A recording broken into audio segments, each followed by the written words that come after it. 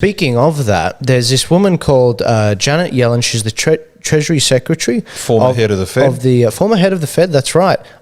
She's the Treasury Secretary under the Biden administration. She received $8 million between 2019 and 2020 in speaking gigs to Wall Street. Now, this is too small to see for us because there's so many speaking gigs. But from memory, just one speaking gig, $212,000. Just one. This is insane. This is insane. And do you know what she was doing this whole time during the GameStop situation?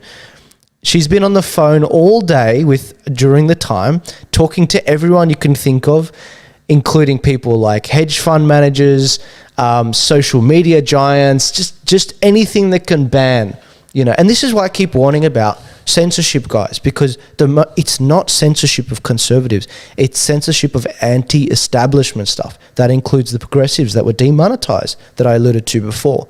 That means if they decide to start a war and you criticize the war, censored. If they decide to, short this stock and you disagree with it, censored.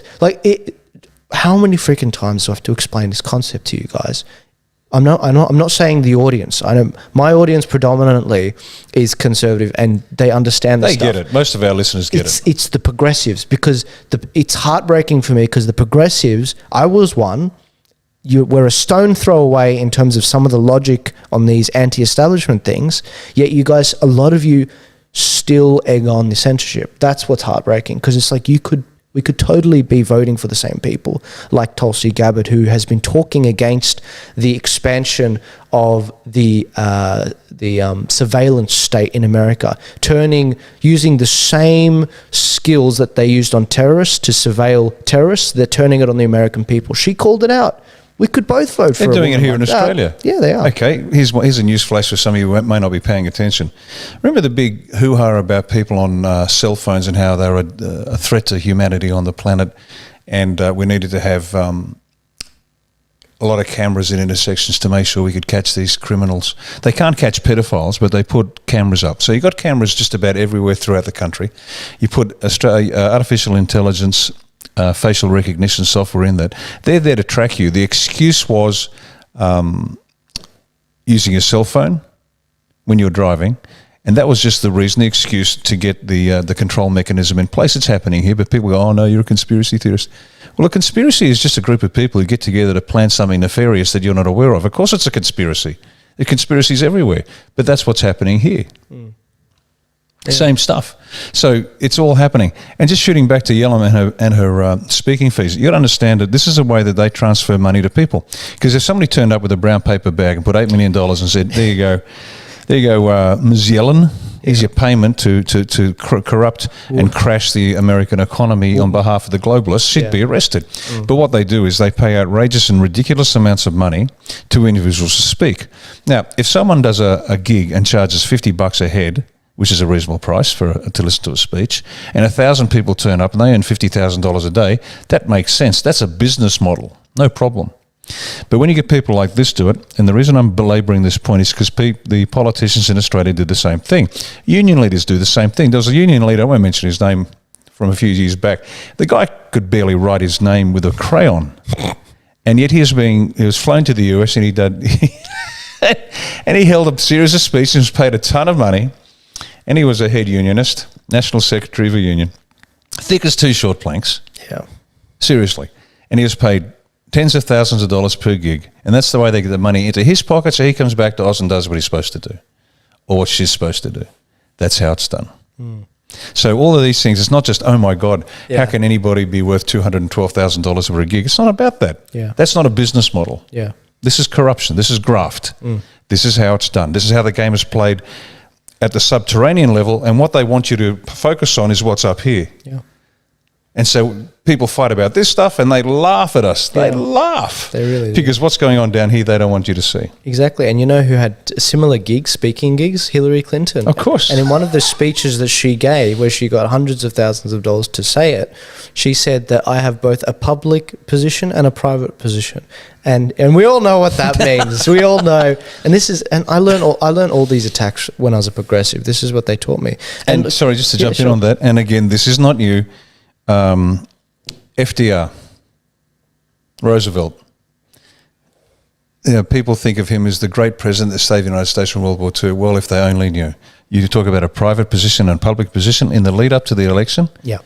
Where he got his first term, he was saying all the right sounds, making all the right noises, and yet behind the scenes he had people that were negotiating to continue the economic policies that would extend the Depression for another 6, 7, 8 years, depending on how you want to look at it.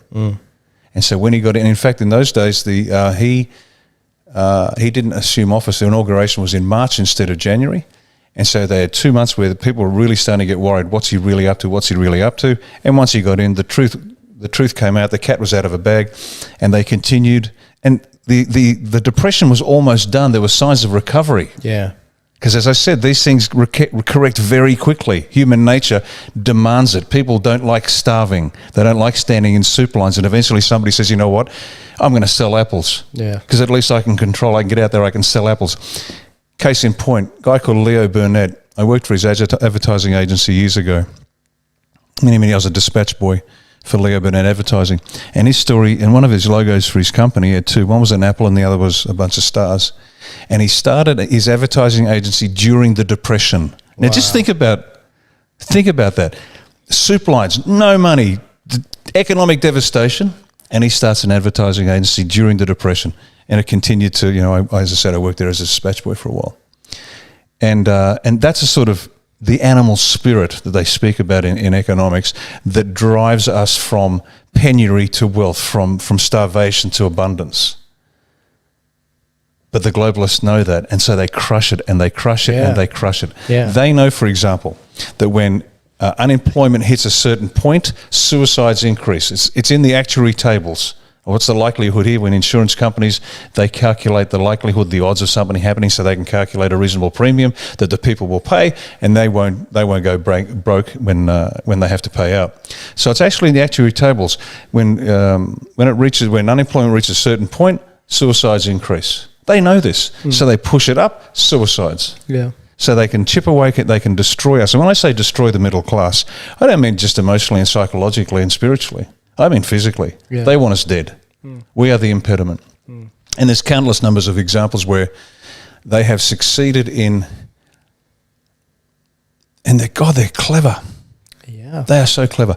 They create the solution that they want, and they destroy the competition in the meantime. And let me give you, forgive me if I digress. Right. As a businessman, I'm constantly looking at the new things, and I watch what's going on. I say, there's a gap in the market here, and then I'll think, okay, I can see the barriers to entry to that market, because there will be several barriers to entry. There always is. And the taxi business in Australia. Now, the taxi business in Australia for years was a very closed shop. The taxi license plates cost in excess of $100,000. They may have increased to over $200,000 just for a set of plates, right? Kidding. And so these people were quite powerful, and they didn't want anybody coming in and ruining their little mechanism. So people would mortgage their house to buy a set of plates and then work their tails off to get the money back. Now, it was a corrupted system in the first place, because the government would limit the number of plates that were available. So what that did was it guaranteed the profits of the plate holders, and it made the taxi fares more expensive than they should have been. And for years, nobody could crack it. Jeff Kennett in Victoria, the only thing he managed to get from the taxi industry was to paint the tops of their cabs yellow or something to make it look like this is his big achievement. It was just a joke. And then all of a sudden, Uber turns up. And I watched that and I said, how the hell did Uber get in? Because this is a massively closed shop, huge investment in these plates, and the taxi industry was not going to let anybody ruin it. And yet Uber got up, and I thought, fascinating. And I'm a suspicious bastard. Nothing gets up because it's a good idea, because there's a million good ideas a minute. It gets up because it's in somebody's interest for the old model to crash and the new model to get up. And so I'm watching Uber, and Uber gets up, and it's a great service. It fills a gap in the marketplace. Individual contractors, they get to work the hours they like. The quality of the service is generally better than the taxis. Yeah. But that wasn't the problem. It wasn't because it was a good idea. There were a million good ideas. And then it twigged. This was the means by which the globalists could extend their next part of their plan. Now, they knew they were going to crush the restaurants, they're going to crush the middle class, they're going to crush small business. And so all of a sudden Uber Eats turns up. Now, how is it profitable to make the meal, deliver the meal, and still pay barely more than you did before? Now, for a lot of people, Uber Eats are just completely unaffordable. And you get these imbecile actors saying, tonight I'm going to eat Himalayan pink salt on rarefied goat's bladder. I don't know if they realise how moronic they sound. Yeah. But these ads come on and people get confused. Oh, I have to order my food from Uber. Kim Kardashian. Whoever. And so all these pieces come into place. So they managed to smash the taxi industry. And I've had people ring up saying, look, I've mortgaged my house to get this plate and it's worth nothing now. Yeah. And Uber gets up. So the globalists fill in the gap. Yeah.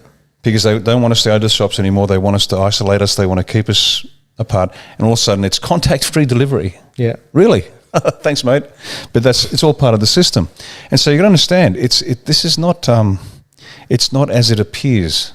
Everything that occurs is done for a reason, and it's the next step, the next step, the next step, the next step. And you've got to watch the game extremely carefully to watch the move and look behind to what's going on and why this popped up. It was explained to me in one of my overseas consulting jobs.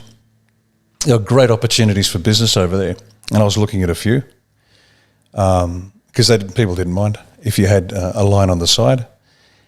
And it was one of the locals, whom I befriend, is a good man, very good man. He pulled me and said, look, mate, you want to be, excuse me. There's Joel Jammal telling me where I am. I was befriended by one of the locals who briefed me on how it worked. And he said, look, you'll be allowed to start a business here. You need 51% ownership by a local. No problem. That's the local rule. So you do that. So basically they have 51%. You do all the work and you split the profits. He said, but you won't be allowed to get above a certain line. Once you get to a certain line, the royal family is going to want a piece of the action. So they'll either stop you or you're going to have to sell out at virtually no benefit to you. And that's what happens in the real world. Businesses are allowed to grow to a certain point. Yeah. And beyond a certain point, you'll either be stopped or bought. Riccardo's Facebook page. God damn it. And that's what happens. And that's okay. As long as you understand that's how it works. These guys will not allow you. Now, to get above that line, you have to succumb. Yeah. You have to.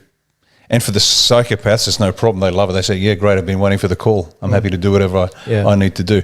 The politicians, yeah, no worries, I'll do whatever I have to do. So there's a line below which you can operate, and there's a line above which you may not operate unless you're ready to go. Yeah.